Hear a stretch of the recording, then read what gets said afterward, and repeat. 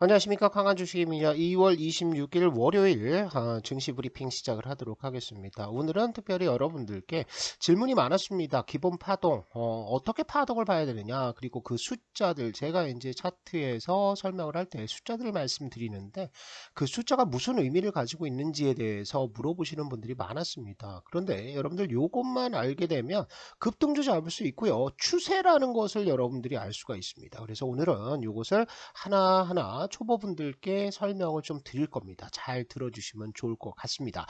자, 미국 시장 지난 금요일 날 나쁘지 않았어요.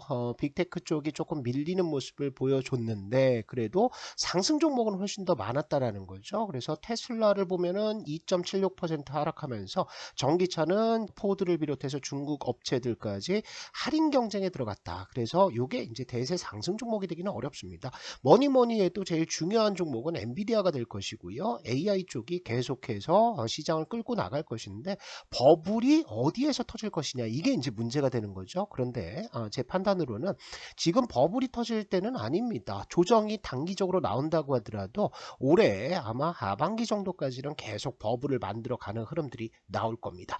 반도체 업종의 주가 상승률과 그 다음에 미국의 ISM 제조업 지표죠. 요 제조업 경기를 한번 비교를 해보면 2000년대 초반에는 거의 비슷하게 움직였습니다. 그죠? 이렇게 PMI가 돌았을 때 반도체도 바닥을 찍는 모습을 보여줍니다. 그런데 2010년대 들어와서 이렇게 2010년대 초반부터는 반도체가 먼저 돌아서요. 그죠? 그리고 나서 뭐가 돌아서냐면 이렇게 PMI 지표가 이렇게 돌아선다는 겁니다. 그죠? 여기서도 반도체가 먼저 바닥을 찍고 돌아서고요. 그리고 그 이후에 제조업 지표가 이렇게 돌아서는 모습을 보여주고 있고요. 이번에도 역시나 마찬가지입니다. 반도체가 먼저 바닥을 찍었죠. 그리고 나서 제조업 지표가 이렇게 바닥을 찍고 돌아서는데, 이렇게 제조업 지표보다 반도체가 먼저 돌아서는 것은 반도체가 제조업에 있어서 가지는 중요성들이 점점 높아지기 때문에 먼저 반응하는 것이죠. 그래서 미국의 제조업 지표들이 이렇게 따라가서 반등을 하게 된다라고 한다면 우리 시장으로서는 훨씬 더 좋은 수출 환경을 만들어 줄 수 있습니다. 그래서 올해 우리 증시는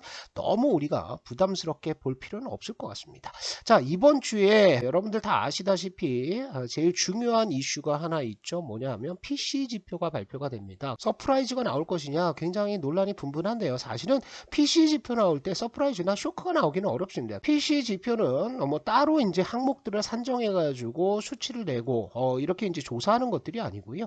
대부분의 항목들은 어디에서 따온다? 이렇게 CPI에서 따오고요. 일부 항목은 PPI에서 따옵니다. 그러니까 CPI가 PPI는 이미 나왔잖아요. 그렇기 때문에 여기에 이제 가중치만 따로 부여를 한다라는 거죠. 그렇기 때문에 상당히 예측 가능성들이 있다. PC 지표가 예상치보다 크게 완전 뭐 서프라이즈가 난다든지 아니면 쇼크가 난다든지 이런 것들은 잘 없어요. 그래서 좀 잔잔하게 지나갈 것이다. 너무 우려하지 않으시면 좋을 것 같고요. 오늘 특징적인 것은 정부에서 정책 발표를 했죠. 저 PBR 관련해서 정책을 발표를 했는데 그게 시장의 예상치보다 크게 후퇴하는 모습을 보였습니다. 그게 이제 내용들을 보시면 제가 강한주식연구소 어플에도 올려놨거든요. 그래서 정부의 보도자료를 보시면 중요한 게 이런 겁니다. 시장에서는 강제성을 조금 기대를 했었는데 지금 내용을 보시면은 인센티브는 준다 이거예요. 그런데 이것을 어디에 맡긴다? 기업의 자율에 맡긴다라는 겁니다. 그리고 공시를 반드시 해야 되는 것들이 아니라 홈페이지를 하나 만들어서 이 홈페이지에 기업들이 자체적으로 알아서 내용들을 올려라, 이런 내용들이라는 거죠. 강제성이 없기 때문에 시장에서는 굉장히 좀 아쉬워하는 모습을 보여주고 있고요. 또 한 가지는 이겁니다. 지금 당장이라도 ETF 지수 개발, 또 ETF 출시, 이런 것들을 기대를 했었는데 요 보시면은 이렇게 내용들이 나와 있습니다. 지수 개발은 언제? 2024년 3분기가 되고요. 그 다음에 ETF 출시는 4분기. 그러니까 시장에서는 당장 2분기부터 뭔가 나올 것이라고 예상을 해서 매수를 공격적으로 들어갔었는데 그런 것들에 이제 실망 매물들이 상당히 많이 흘러나오고 있죠. 하나생명 같은 경우에는 이렇게 막 급락하고 있습니다. 아마 제자리 한번 올 거예요. 그래서 지금 분위기로서는 저 PBR 쪽은 시세 랠리가 마무리되는 셀온이 작동을 하고 있다. 이렇게 보시면 될 것 같습니다.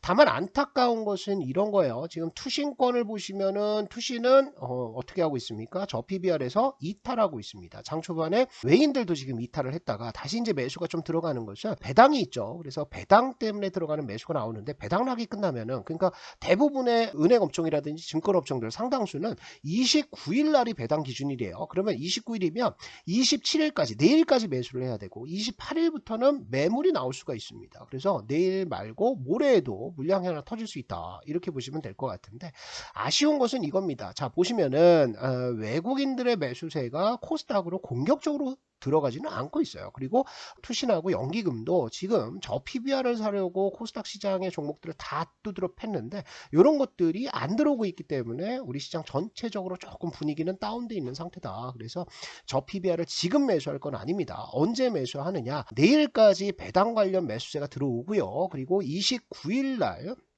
요때 이제 배당 기준일이 되는 기업들은 언제 28일부터 매물이 또 쏟아질 수가 있다고요. 그러니까 28일, 29일 다음 주 요런 식으로 해서 저 PBR 종목들은 차근차근 들어가는 게 낫다. 이렇게 이제 정리를 하시면 좋을 것 같아요.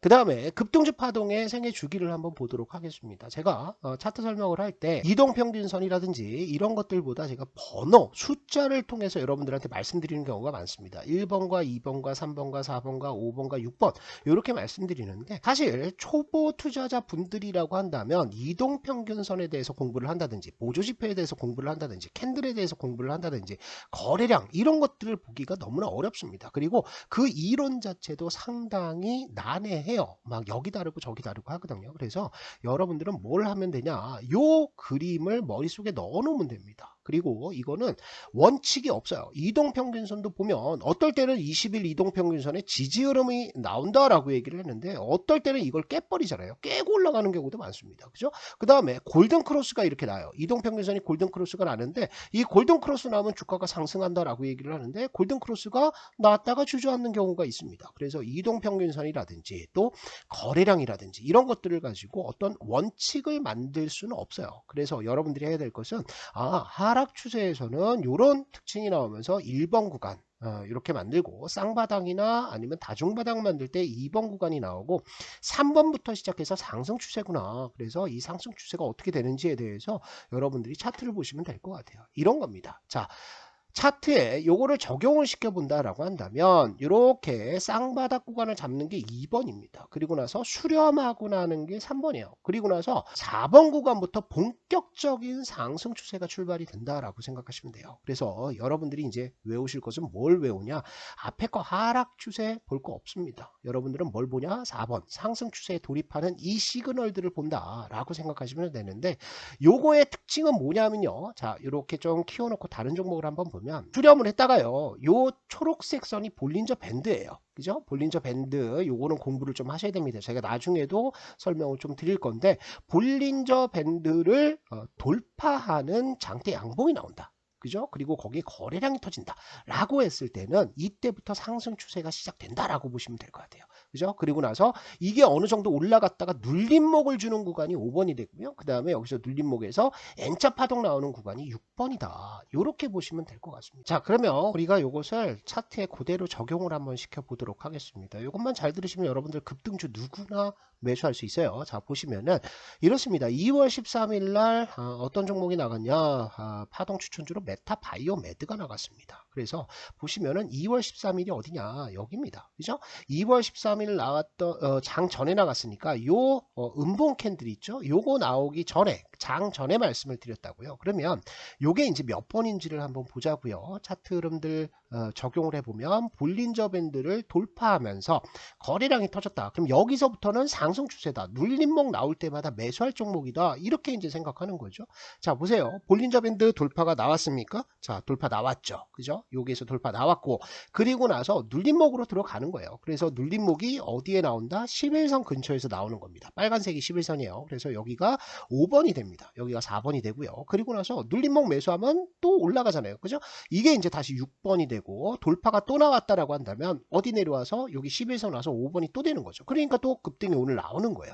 아주 쉽습니다. 요 모양들만 여러분들이 이해를 해놓고 있으면 급등주 잡을 수 있다라는 거예요. 예스티를 한번 보도록 하겠습니다. 예스티도 6월 22일 목요일 날 파동 추천주로 나갔던 종목이거든요. 그래서 2월 22일이라고 하면 이날입니다. 그죠? 요날 볼린저 밴드 돌파를 했으니까 이날 장 시작하기 전에 나갔다고요. 그러면 여러분들이 해야 될 것은 뭐다? 이렇게 눌림목에다가 매수를 대놓고 있다라는 거예요. 그러면 여러분들이 추격 매수를 하지 않더라도 자 갔다가 눌러주는 구간에서 여기 5일선 11선 여기 대놓고 있는 거예요. 매수 안 되면 많은 거지. 그런데 매수가 됐다라고 한다면 최저점 매수가 가능합니까? 가능하다라는 거죠. 그래서 이게 4번이 되고 5번 되고 6번 올라가고 있는 거다. 그래서 이런 식으로 여러분들이 파동을 쫓아가면서 매매를 할 수 있다. 그래서 다른 종목들도 다 똑같아요. 자 보세요. 볼린저 밴드 돌파 여기 나왔죠. 거래량 여기 조금 늘었죠. 그러니까 얘가 여기서부터 상승 추세 나와서 눌림목 주고 이렇게 간다. 이런 것들을 여러분들이 얘는 이제 상승 추세구나, 얘는 이제 하락 추세구나, 이런 것들을 판단할 수 있는 기준이 될 수가 있다라는 것들이죠. 그래서 이런 내용들은 제가 강한주식연구소 어플에다가 계속해서 올려놓고 있습니다. 그래서 우리 영상의 설명란 그리고 첫 번째 댓글에 링크 올려놨으니까 이 링크 보시고 들어오셔서 강한주식연구소 반드시 설치를 하시고요. 그 어디에서도 들을 수 없는 명품 기법들을 전부 다 공개를 해놨으니까 여러분들 실력 향상 또 급등주 잡는데 큰 도움이 될 겁니다.